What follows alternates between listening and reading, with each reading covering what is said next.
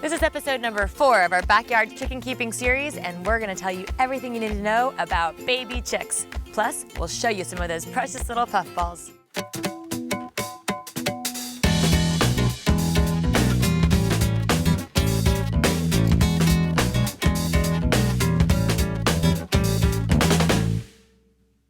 Welcome to today's show. I'm Jen Bolden with JenB TV, a weekly web show that provides fresh thinking on green, healthy living. We do the research for you and then test out these ideas in our own life and bring you just the best of the best in 5 minutes or less. Today is going to be a blast. Who doesn't love baby chicks? However, there are a few things to know about keeping these little puffballs alive, especially in the first 6 weeks. Luckily, we're here at Dare to Dream Farms, and we've got Megan here to share her sage baby chick wisdom with us.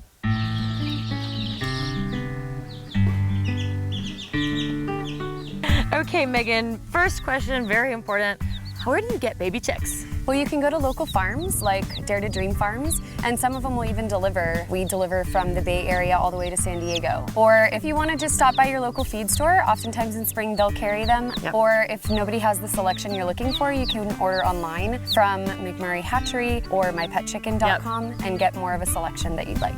And actually on mypetchicken.com, you have the option to vaccinate for Marek's disease, which I do recommend because it can help your chickens avoid some of the many things they can contract, but do your own research and make your own decision. Now, we've mentioned this before, that unless you love getting up early and you've got really laid-back neighbors, roosters probably aren't for you.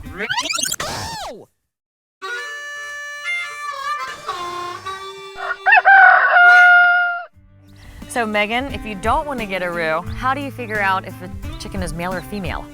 Well, you can sex them a couple of different ways, like vent sexing them or feather sexing them. But if you order them from an online hatchery or from a local farm, usually they can sex them with about 85 to 95%, just depending on the breed and depending on the place that you get them from. Chicks dig my hat.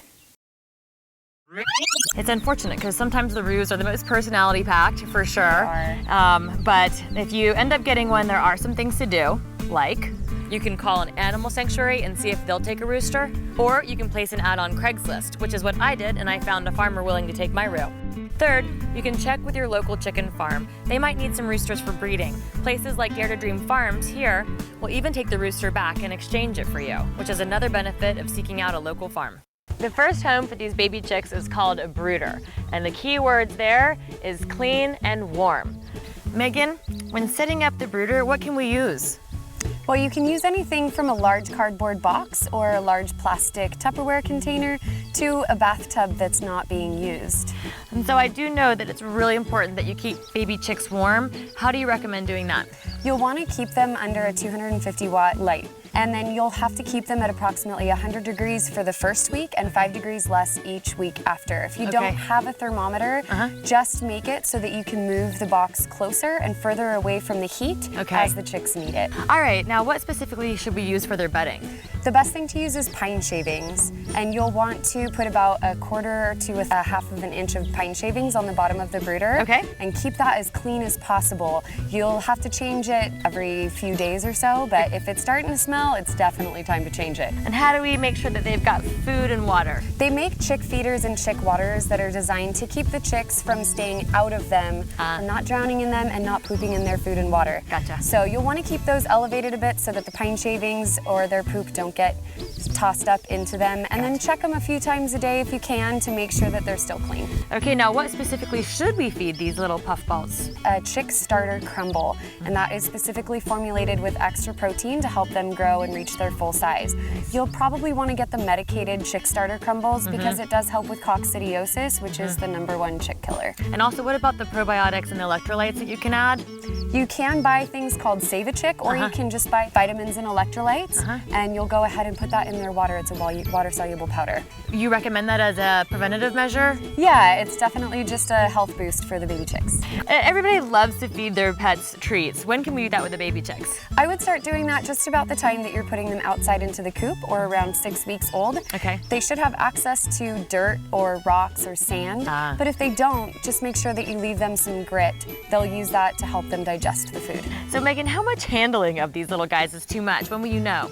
You just want to make sure that they are not showing any signs of distress. They should feel relaxed and comfortable in your hands, but if they're really falling asleep and their heads are nodding off over your hand, then it's probably time to put them back and give them a rest. Especially if you've noticed that they've had signs of pasting up, then it's better to handle them less. And pasting up, that's that lovely thing where a little bit of poop gets stuck to their butt and you just get a little warm paper towel and get it off, right? Yes, exactly. Because if not, then they can't go to the bathroom, and that's also sad. Yeah. Warm and clean keeps the chicks keen. And thanks so much to Megan from Dare to Dream. And remember, consumer choice is driving change.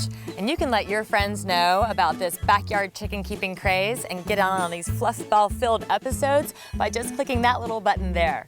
So until next time, thanks for caring and thanks for sharing, and we'll see you next week. Hey, stop eating my finger, you little thing.